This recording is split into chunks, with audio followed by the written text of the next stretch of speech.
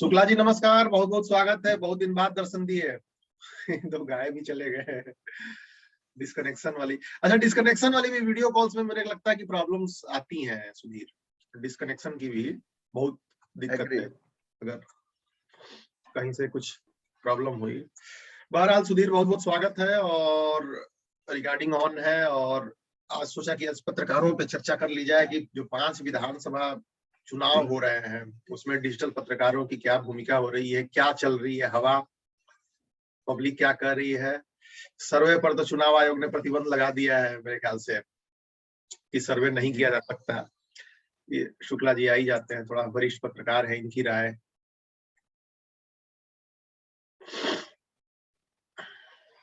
लेकिन ये मैंने देखा है सुधीर की इसका एक फायदा हुआ है कि बहुत सारे लोगों को कॉन्फिडेंस आया और रेगुलर नहीं इसको कंटिन्यू कर पाते हैं। और एक एजुकेशनल पर्पज पॉइंट से मुझे लगता है कि ये फ्रूटफुल रहा है। ये हमारा जो एसोसिएशन है, अगर आउटकम देखें तो बहुत सारे लोगों को फायदा हुआ।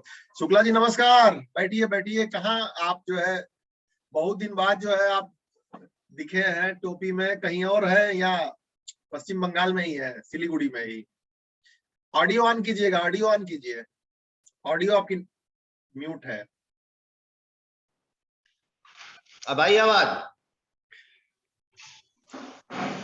मैं वही कह रहा हूँ कि शुक्ला जी कहाँ पे स्थान है इस वक्त अभी? एक्चुअली अभी मैं सनमार्ग में हूँ। अच्छा, तो इसलिए टाइमिंग वही 11 बजे से लेकर 12 बजे तक मीटिंग का होता है मेरे यहाँ। ठीक बात, ठीक बात। तो इसलिए थोड़ा आप लोगों से जुड़ नहीं पा रहा हूँ। आज थोड़ा फुर्सत है, बॉस लोग आए नहीं है। हमने कहा 2 मिनट दर्शन कर लूँ आपके। चलिए बहुत अच्छा है शुक्ला जी। ये 5 वीडियो ऑन कीजिएगा। ये 5 विधानसभा चुनाव जो आ रहे हैं इस पे आज सोचे कि आज डिजिटल पत्रकारों की भूमिका पे आज कुछ चर्चा कर ली जाए।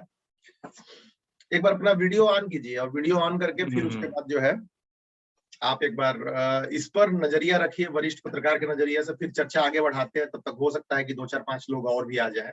ठीक है शुक्ला जी? क्या चीज? 5 राज्यों में जो विधानसभा 5 राज्यों में जो विधानसभा चुनाव हो रहे हैं उसमें क्या डिजिटल पत्रकारों की भूमिका है, क्या हवा चल रही है, क्या रोल होना चाहिए, इस पे थोड़ा सा अपना नजरिया पेश करें। नहीं, देखिए अभी वर्तमान दौर में डिजिटल का तो ज्यादा प्रभाव है, ठीक है। और सारे बड़े बड़े जो कंसर्न हैं वो सारे लोग डिजिटल में ही जा रहे हैं अभी। इसलिए भूमिका तो काफी महत्वपूर्ण है, ऐसा नहीं है। क्योंकि बहुत सारे लोग जो हायर कर रहे हैं, बड़े बड़े लोग जो पैसे देके बड़ी बड़ी कंपनियों को हायर कर रहे हैं, वो भी तो डिजिटल के लिए हायर कर रहे हैं। तो इसलिए इसमें भूमिका, डिजिटल पत्रकारिता की भूमिका को नकारा नहीं जा सकता है। ठीक है। अलग अलग स्टेट्स में क्या चल रहा है, क्या हवा चल रही है? अब यूपी में तो मुझे लग रहा है कि बीजेपी दोबारा सत्ता में आएगी। बाकी का तो थोड़ा कुछ आइडिया नहीं है, क्योंकि आप उधर मणिपुर वगैरह साइड का लेते रहते हैं हवा। अब हम इधर अभी बात नहीं किए मणिपुर का। मणिपुर बात करके फिर हम देखते हैं, बताते हैं एक बार आपको नेक्स्ट वीक में। ठीक बात, ठीक बात। वैसे एक आइडिया लग जाती है। अच्छा, मुद्दे क्या क्या उठ रहे हैं? मुद्दे पे थोड़ा सा एक आपका अगर है पेनिट्रेशन है कुछ, एक आप बता सके 2 पॉइंट। देखिए यूपी में तो मुद्दे बस एक ही है, सेम, सुशासन बनाम प्रशासन। और अभी जो तत्काल सारे मुद्दे आ रहे हैं अखिलेश, और खासतौर से 2 ही तो वहाँ मेन पार्टियां भी लड़ रही है, एक सपा लड़ रही है, एक बीजेपी लड़ रही है, बाकी तो और कहीं कोई है नहीं। बसपा है लाइन में, सपा वो क्या बोलते हैं, कांग्रेस है। कांग्रेस के लोग वो जो बेटी लड़ सकते हैं उस पर लेकर तमाम मुद्दे आ ही रहे हैं। आप देख ही रहे हैं कि तमाम लड़कियां जो उनको टिकट नहीं मिला वो छोड़ के बीजेपी में आ रही हैं, उल्टा प्रियंका गांधी को। इसलिए अभी जो दोनों फाइट जो है ना यूपी में, वो मैक्सिमम अगर जो होगा तो सपा और भाजपा में ही होगा, और इसका लाभ भी भाजपा को मिलेगा। क्योंकि सपा जो है वो सब एकदम साइड में है अभी। तो कांग्रेस की स्थिति आपको पता ही है कि वो डूबती नाव है। ठीक बात, ठीक बात। तो यही चीजें हैं। गोवा वगैरह बाकी का हाल पंजाब चाल में कुछ, भी गोवा का कुछ है आइडिया? गोवा में क्या क्या? कहाँ का? गोवा, गोवा गोवा में तो बीजेपी ही आएगी, दोबारा आएगी, क्योंकि उसमें अब थोड़ा बहुत ये सेंध लगाने की अरविंद केजरीवाल जो कोशिश किए हैं, लेकिन उसका बहुत ज्यादा असर नहीं पड़ेगा विधानसभा चुनाव में। पंजाब में जरूर कुछ ये असर डालेंगे, और जो असर डालेंगे वो कांग्रेस का ही टिकट, कांग्रेस का ही वोट काटेंगे, क्योंकि बीजेपी का कोई बहुत बड़ा जनाधार तो वहां है नहीं। हाँ, बीजेपी का अब नहीं है अमरिंदर सिंह अब पंजाब में। अमरिंदर सिंह जुड़ रहे हैं, तो हो सकता है कुछ उसमें ज्यादा बेनिफिट हो, ठीक बात, ठीक बात। क्योंकि अमरिंदर सिंह तो वहाँ के जाने माने हैं और अच्छे लीडर भी है। हाँ, बड़े नेता है, पूर्व मुख्यमंत्री रहे हैं। गणेश भाई, बहुत बहुत स्वागत है आपका। उम्मीद है नमस्कार। उम्मीद है स्वस्थ रहे होंगे।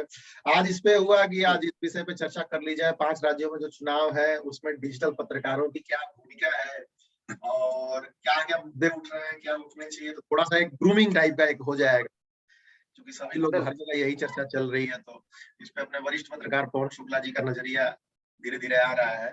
पवन जी, और कुछ बताना चाहें? नहीं, अभी तो देखिए बस यही चल रहा है। अरे आइए बैठिए ना, कोई बात नहीं है। अरे आइए, हम एक्चुअली ऑफिस में हम लोग पूछ रहे हैं क्या कर रहे हैं आज, पहली बार देखें।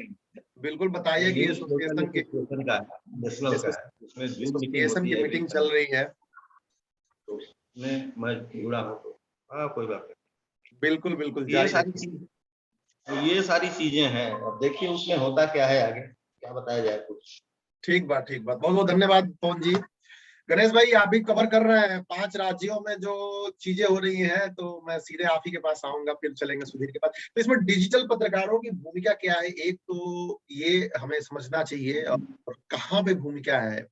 दूसरी बात ये है कि मुद्दे क्या क्या उठ रहे हैं, और तीसरी बात आएंगे कि क्षेत्रवार क्रमवार जो है अलग अलग राज्यों में क्या स्थिति है। तो इन प्रश्नों को थोड़ा सा जो है आप टच कीजिए गणेश भाई।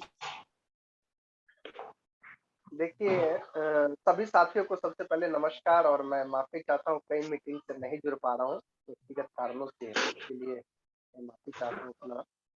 और जहाँ तक प्रश्न 5 राज्यों के विधानसभा चुनाव में डिजिटल पत्रकार की भूमिका का, तो ये भूमिका बहुत ही महत्वपूर्ण है, और वो भी ऐसे समय में, खासकर तब जब जो बड़े बैनर है, या बड़े चैनल हो या बड़े अखबार हो, जिनके ऊपर एक दोषारोपण और लांछन अन्य पार्टियों द्वारा लगाया जा रहा है कि आप किसी एक के पक्षधर है, ऐसे में डिजिटल पत्रकार, हमारे जो भी साथी हैं जो डिजिटल मीडिया को देखते हैं, उनको बहुत लाभ मिल सकता है, बशर्ते उनको अपनी उपस्थिति दर्ज करवानी पड़ेगी। वो अपनी उपस्थिति कितनी बेहतर तरीके से दर्ज करवाते हैं, ये उनके ऊपर निर्भर करता है।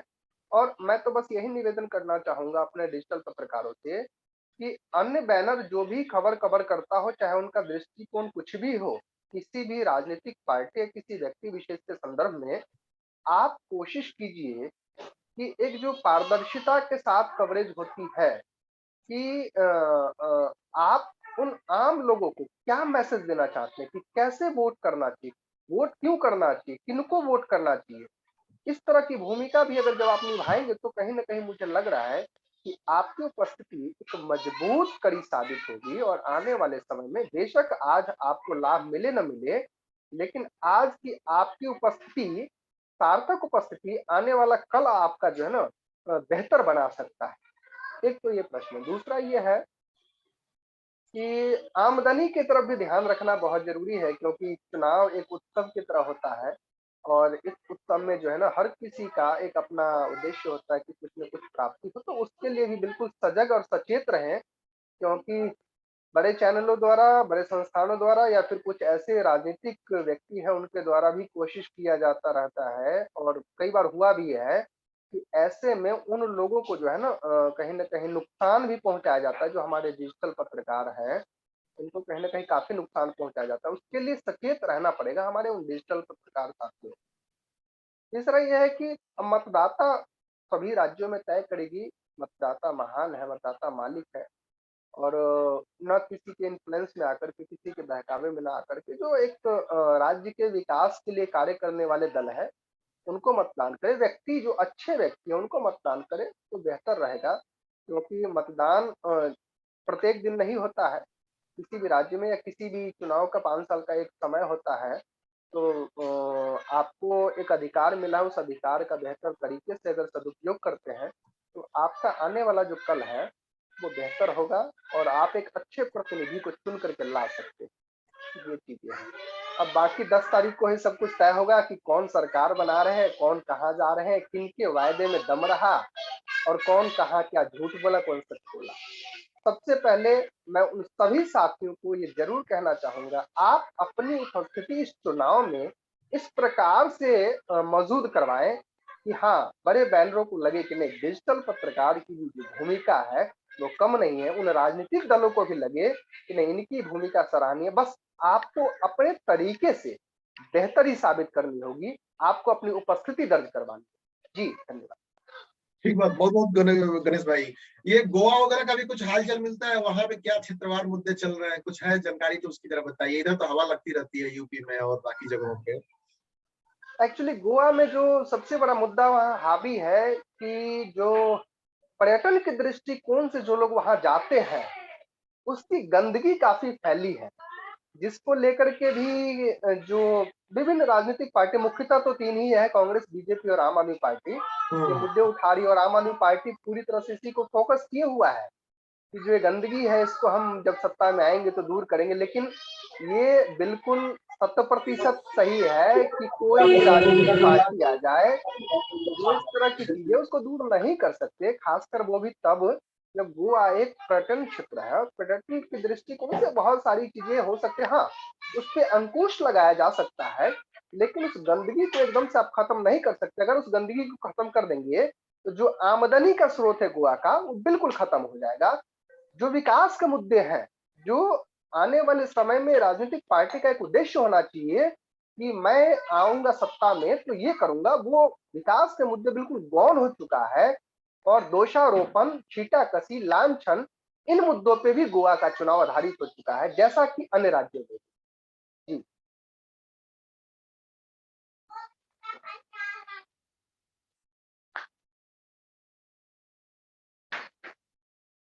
जी मिथिलेश जी।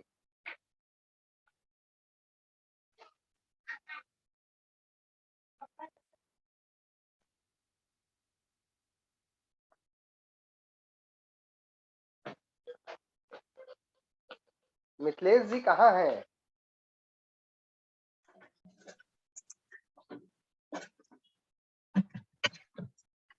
मैं माफी चाहूंगा, बस 1 सेकंड के लिए थोड़ी सी देरी हो गई थी मुझे। तो जी, बच्चे हैं और वो थोड़ा शोरगुल करने लगे थे, अच्छा। वहां पे मैं चला गया था। बट एनीवे ठीक है, 1 सेकंड का वो था बीच में व्यवधान। सुरेंद्र मेहता जी जुड़े हुए हैं, बहुत बहुत स्वागत है सुरेंद्र जी।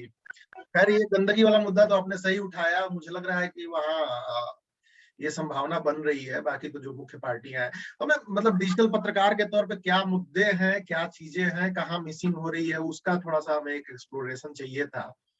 सुधीर, आप इस पे कुछ अपना व्यू रखिए जरा सा विस्तृत, और खासकर राज्यवार हो सके तो और बेटर है।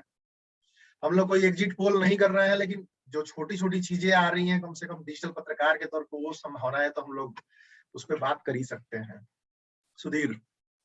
देखिए, चुनावों में निश्चित तौर पे गणेश जी की सारी बातों से मैं सहमत हूं कि हमारी डिजिटल प्रतिनिधि जितने भी हैं, डिजिटल प्लेटफॉर्म जितने, उनकी उपयोगिता बढ़ गई है। खासकर तब जब राजनीतिक पार्टियां, चुनाव आयोग ने मना कर दिया है कि वो रैलियां नहीं कर सकती, प्रचार प्रसार उस तरह से नहीं कर सकते, तो उनकी पूर्ण निर्भरता सिर्फ डिजिटल मीडिया प्लेटफॉर्म्स पे। यही कारण आप देखेंगे कि बड़े से बड़े नेता, हर एक पार्टी का बड़ा नेता, राजा भैया राजा भैया हों, ओवैसी हों, अखिलेश यादव हों, या फिर योगी जी हों, बड़े बड़े पार्टी के नेता किसी भी डिजिटल प्लेटफॉर्म पे जो थोड़ा बहुत भी प्रतिष्ठित है, हर एक डिजिटल मीडिया प्लेटफॉर्म पे पूरा पूरा टाइम दे रहे हैं और सारे इंटरव्यूज कर रहे हैं, क्योंकि वही एक माध्यम है जिनके माध्यम से वो अपनी बात, अपने मुद्दे जनता तक ले जाएंगे। तो ये बहुत अच्छा मौका है हमें अपने आप को विश्वसनीय बनाने का। ग्राउंड लेवल पर बहुत छोटे छोटे न्यूज पोर्टल्स भी हैं जो अच्छा कर रहे हैं, 1-to-1 कर रहे हैं, लोगों के बीच में जा रहे हैं, लोगों से बात कर रहे हैं कि उनके क्या मुद्दे हैं, कैसा क्या है। तो यदि एक बहुत अच्छा टाइम है, बहुत अच्छा मौका है डिजिटल जर्नलिस्टों को कि अपने आप को वो ग्राउंड पर लेके जाएं और अपने आप को एक आइकन बनाएं। उससे फायदा ये है कि इकोनॉमिकली तो ठीक है, लेकिन अगर थोड़ा बहुत भी उनकी प्रेजेंस अच्छी हो गई तो आने वाले दौर में वो बहुत बेहतर हो जाएंगे। आने वाले दौर में वो नजर में आ जाएंगे राजनीतिक पार्टियों के भी, लोगों के भी, कि भाई ये एक प्लेटफॉर्म है जिसने चुनाव के दौरान जमीन पर रहा और हर तरीके के, हर तबके की बात को पहुंचाया। तो मुझे लगता है वो बहुत जरूरी है, एक बहुत इंपॉर्टेंट मूव सभी के लिए जो भी डिजिटल में है, कि ग्राउंड पे जाएं और वीडियो के सेक्शंस को ज्यादा करें।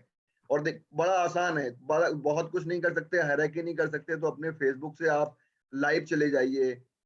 छोटा सा हमारा जो मोबाइल का माइक होता है, आप उसको लगा के उससे बात कर सकते हैं। उससे बात करिए, लोगों के बीच में जाइए और लाइव होइए, आपके रीच, ऑडियंस सब कुछ बढ़ेगी निश्चित तौर पर।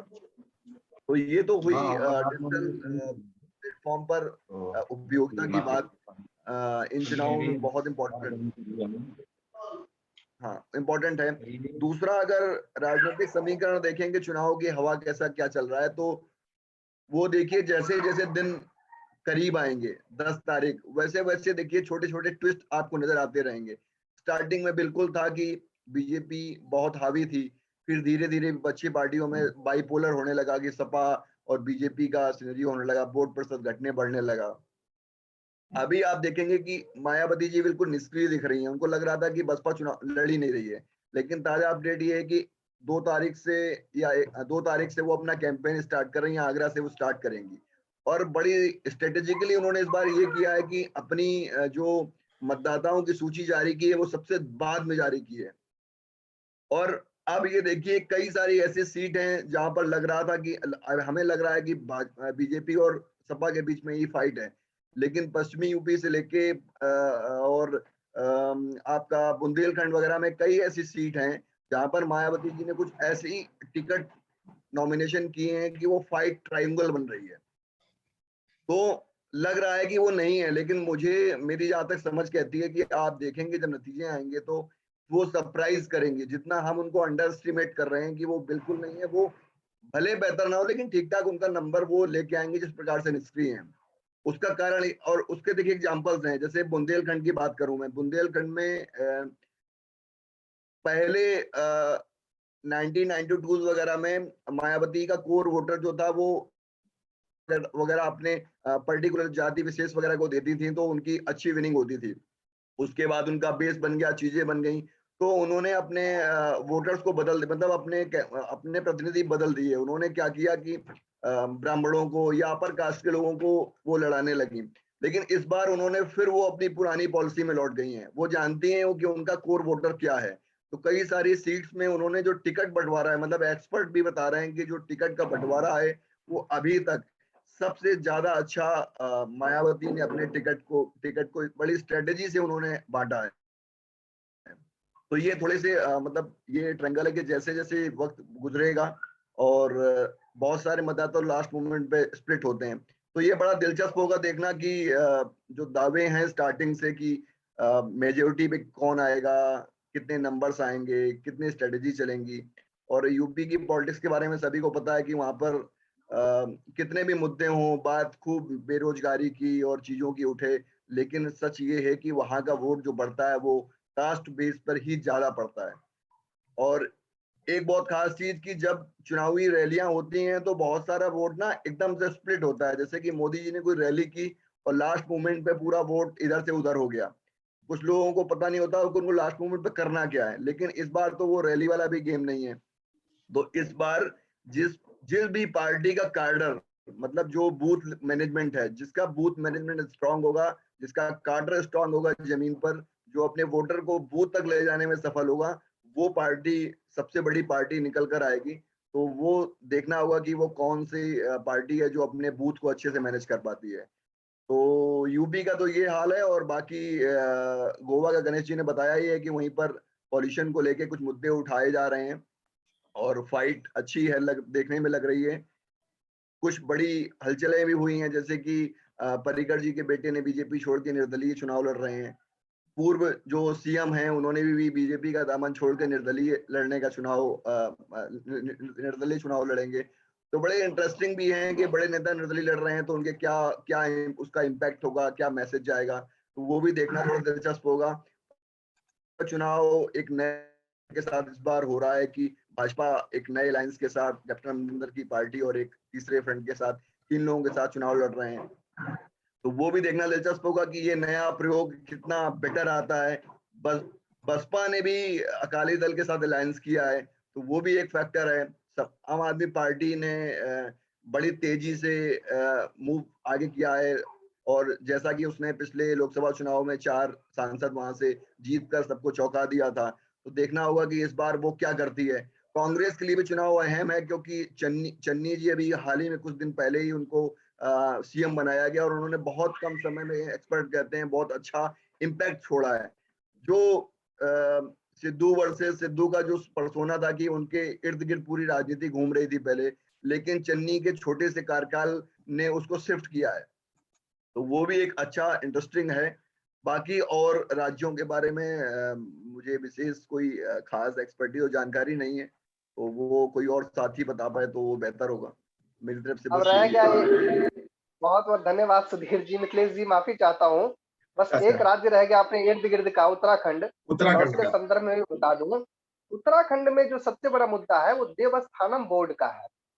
भारतीय जनता पार्टी ने देवस्थानम बोर्ड पे जो किया था उसको लेकर के वहां के जो पुजारी लोग हैं, खासकर ब्राह्मण समुदाय के लोग, वो काफी नाराज थे, जिसको बेशक धामी सरकार ने बाद में निरस्त कर दिया, लेकिन लगभग 3-4 वर्षों तक वो लोग परेशान रहे। एक बहुत बड़ा मुद्दा है। दूसरा मुद्दा है कि आखिरकार बीजेपी को ऐसी क्या मुसीबत आन पड़ी कि 3-3 मुख्यमंत्री बदलना पड़ा, ये भी बहुत बड़ा मुद्दा है। एक और मुद्दा है कि बीजेपी में ऐसा क्या हलचल हुआ कि हरक सिंह रावत ने पार्टी छोड़ दी, जो कांग्रेस की सरकार गिराने में सबसे बड़ी मुख्य भूमिका में थे। उसके बाद जो ये क्या कहते हैं, एक और बड़े नेता कांग्रेसी थे जो भाजपा में चले गए थे, दोनों बाप बेटे हैं, मैं नाम भूल रहा हूँ। उसके बाद और भी कई लोग हैं, जो दल बदल चल रहा है ना, वो भी बड़ा मुद्दा है। सबसे बड़ा जो मुद्दा वहां पे आ रहा है कि पिछले दिनों जो प्राकृतिक आपदा आई थी उसमें सरकार नगण्य दिखी, तो आम लोगों में एक आक्रोश है कि सरकार को जहां तक लोगों की मदद करनी चाहिए, खासकर उन प्रभावित इलाकों में, आपदा प्रभावित इलाकों में, वहां से सरकार और सरकार के जो चुने हुए प्रतिनिधि है वो नदारद दिखे। तो बाकी इसका कितना इम्पैक्ट होगा वो तो खैर जब मतदान होगा तो ही पता चलेगा। बाकी मुकाबला बहुत बिल्कुल कांटे का है और 2020 मैच है, हर बॉल पे रन निर्धारित होगा कि किसने चौका मारा, किसने छक्का मारा। जी क्या बात है गणेश जी, बिल्कुल एकदम सधे हुए विश्लेषक की तरह आपने बात कही। हालांकि वहां सबसे दिलचस्प था कि जो है हरीश रावत जो है वो संन्यास लेने की बात करने लगे थे बीच में, जो है उत्तराखंड में, तो बड़ी परेशानी हुई, बड़ा मुश्किल से उनको बनाया गया कांग्रेस की तरफ से। बहरहाल ये सब चलता रहेगा। मुख्य चीज ये है कि जो मुद्दे हैं, पत्रकार जो भी हमारे साथी हैं न्यूज पोर्टल्स एसोसिएशन के, उन मुद्दों को अलग अलग तरीके से एक समझ रहती है, तो लोकल लेवल पे वो काम करने में उनको आसानी रहती है। और विज्ञापन वाली भी बात आपने बताई, बहुत सधी हुई कि भाई अपने टारगेट पे नजर रखना है, क्योंकि ये मेला जो है बार बार नहीं आएगा, तो चुनाव में उधारी पे काम नहीं करना है ज्यादा। ठीक है, सुरेंद्र मेहता जी हैं मित्र, आप अपना ऑडियो वीडियो ऑन कीजिए और अपना परिचय दीजिए, और 2 बात अगर जोड़ना चाहते हैं तो जोड़िए। सुरेंद्र जी, मेरे ख्याल से पहले शायद आप आए हैं या नहीं। बहुत बहुत स्वागत है सुरेंद्र जी, मेरे ख्याल से पहली बार आप जुड़ रहे हैं या पहले जुड़े हैं आप एसोसिएशन से? First time meet you sir. हाँ, आप बोलिए। ऑडियो तो मेरा ऑडियो ऑन। धन्यवाद सर। ठीक है, दिख रहा है आप सर, ये मेरा पहला बार सर। ठीक बात। सर मैं मार्केट आ गया हूँ, इसलिए तो सबसे पहले तो आप सभी भाइयों को मेरा नमस्कार। मैं बेगूसराय बिहार से हूँ। हेलो, बहुत स्वागत है, बहुत स्वागत है। नमस्कार। आवाज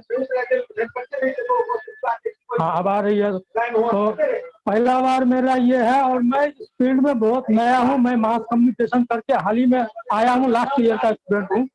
बैचलर ऑफ जर्नलिज्म कर रहा हूँ नालंदा यूनिवर्सिटी से। और अभी मैंने पोर्टल बनाया, 1-2 पोर्टल और बना रहा हूँ और ऑर्डर भी दे चुका हूँ।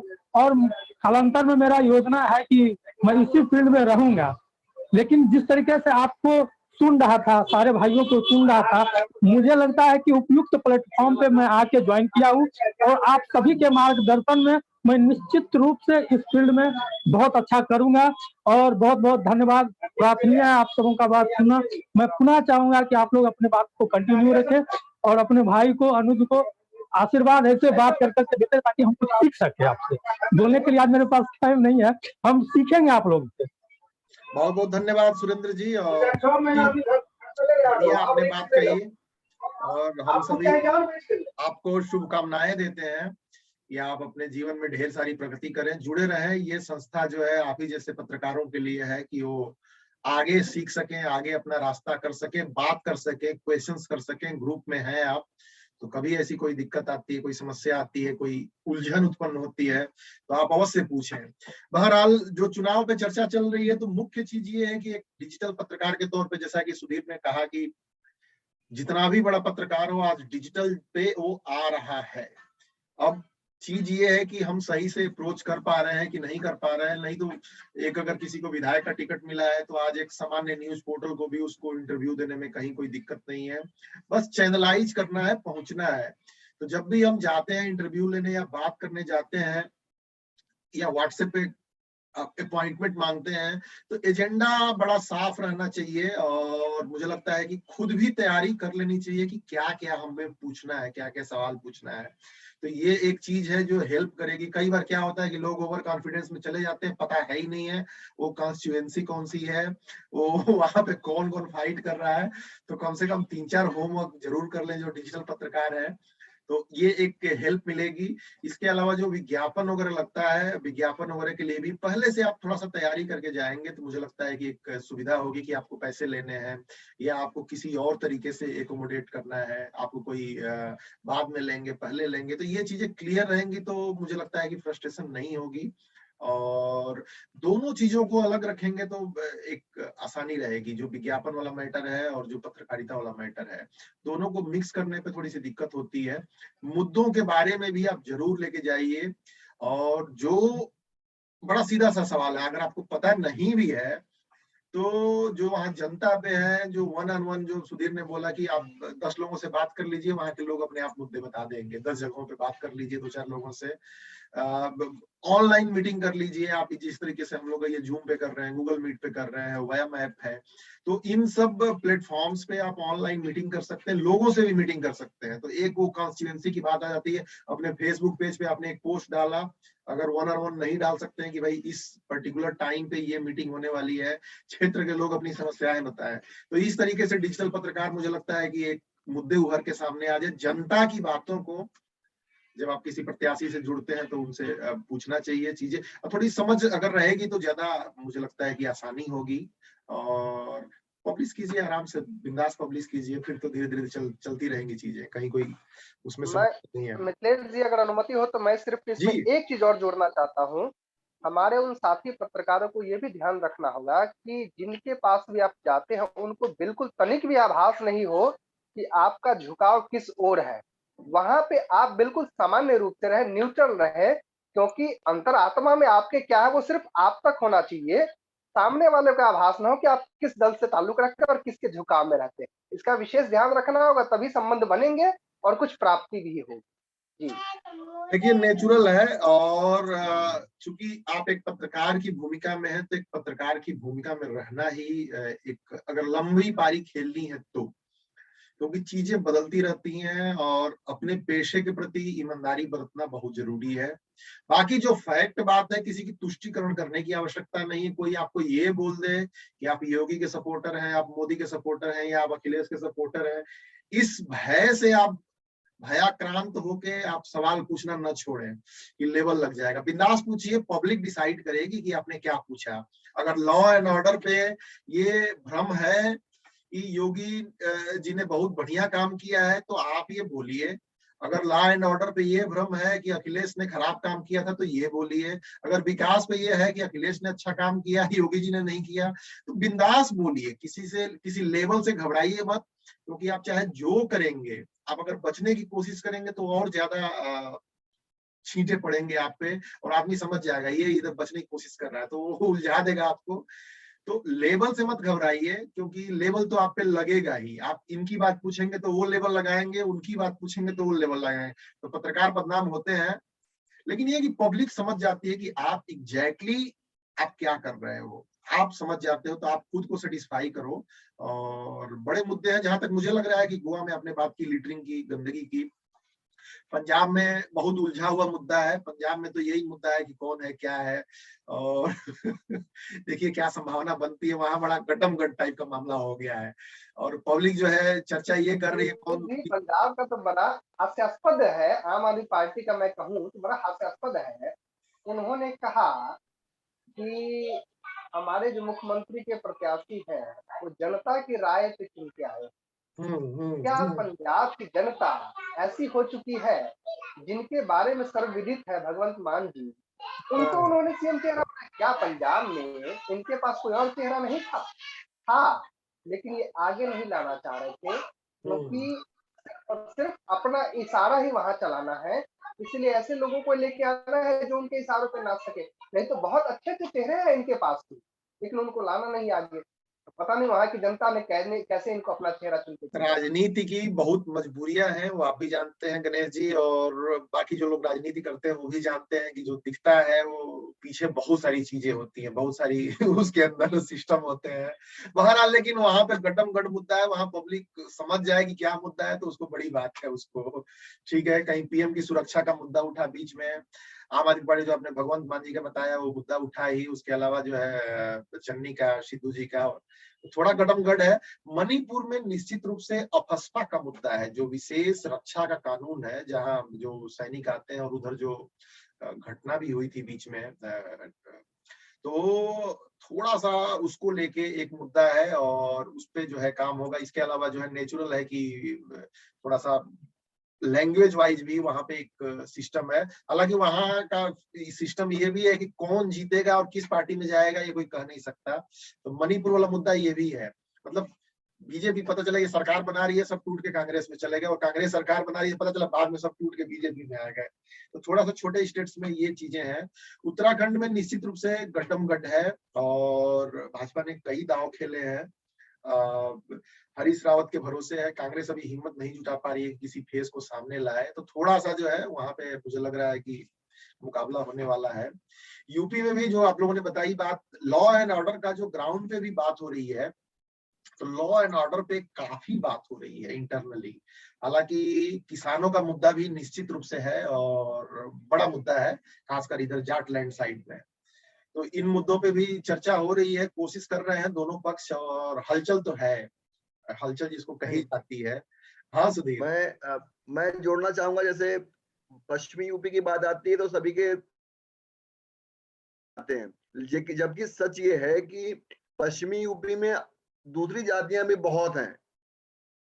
जाटों से जैसे होता है ना कि वो दबाव वाला होता है, जो निचली जातियां हैं जैसे जाटव हैं, एससीज हैं, वो एक बहुत बड़ा तबका है। तो अब ये सोचिए कि अगर वो सब लोग फंसे हुए हैं जाट और तामझाम में, और अगर कोई भी पार्टी वो जो दूसरी जातियां हैं जाटव और वो पूरा सैनी और कुर्मी, वो पूरी उस कम्युनिटी को अपनी तरफ ले गई, तो वो जाट और वो खेल खत्म हो जाएगा, वो फैक्टर काम ही नहीं करेगा। और जाटो वालों में भी गेम देखिए कि जयंत चौधरी ने जो टिकट्स बांटे हैं, उन्होंने ये सोचकर बांटा है कि जाट तो हमारे ही हैं, और उन्होंने कई सारे जगह मुस्लिम कैंडिडेट को खड़ा कर दिया है, क्योंकि जाट तो पूरा वोट हमें दे ही देंगे मुस्लिम्स को। तो वो जो टिकट बंटवारे का फैक्टर है ना, और सपा के जो 4 कैंडिडेट हैं वो रालोद के सिंबल से चुनाव लड़ रहे हैं, तो वहां पर तो एक बड़ा मैसेज है, चौधरी साहब को तो चौधरी साहब को जिता देना है। मतलब रालोद के सिंबल से जो उनके कैंडिडेट हैं उन पर तो जाट एग्री है, लेकिन सपा के सिंबल से जो लड़ रहे हैं चुनाव, तो क्या उनको भी जाट वोट देंगे, वो एक बड़ा फैक्टर है।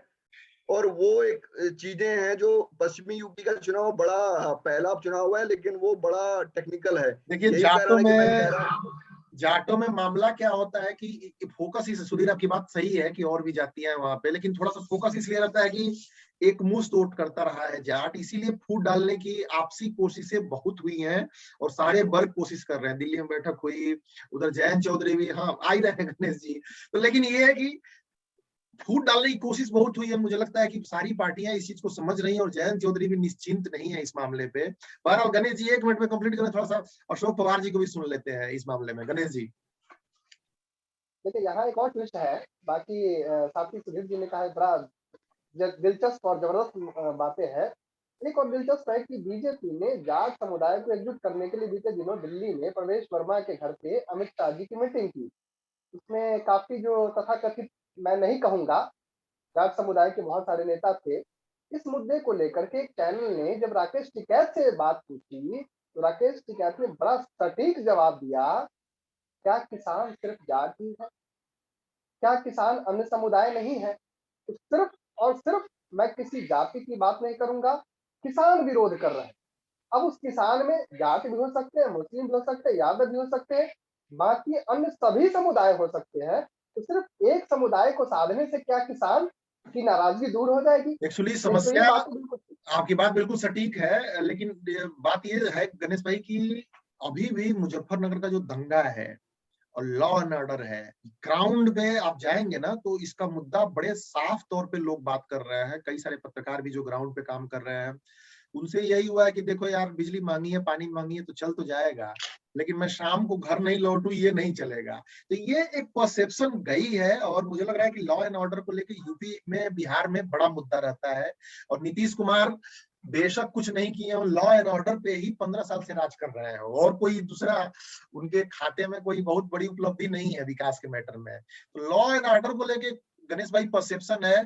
नहीं तो आप देखिए तो अखिलेश ने जाल तो बहुत अच्छा बिछाया है, छोटे छोटे दलों के साथ जो है गठबंधन करके बढ़िया समाजवादी पार्टी ने किया है। लेकिन पब्लिक जो है लॉ एंड ऑर्डर पे मुझे लग रहा है कि तगड़ी मैसेजिंग गई है, एक अंडर करेंट है, आप इसको आप देखेंगे। नहीं तो घेराबंदी तो बहुत बढ़िया हुई है, उधर राजभर का, इधर जयंत चौधरी बड़ा नेता है, राकेश टिकैत भी समर्थन कर रहा है, लेकिन पब्लिक मुझे लग रहा है कि जाट इस बार एकजुट रहना उसका बड़ा मुश्किल है और शायद इसी को धार कल देने से की एक कोशिश मैसेज हो रही है। वायरल हो रहा है। हाँ। कल से एक मैसेज वायरल हो रहा है, अमित शाह जी की जो डोर टू डोर कैंपेनिंग हुई थी उसमें उन्होंने एक शब्द का प्रयोग किया था कि अगर भाजपा को वोट नहीं दोगे तो वही दंगे होंगे। तो उसको लोगों ने अलग तरीके से जो है ना प्रचारित करना शुरू कर दिया है कि इसका मतलब कहीं ना कहीं वो प्रायोजित था। यानी 2000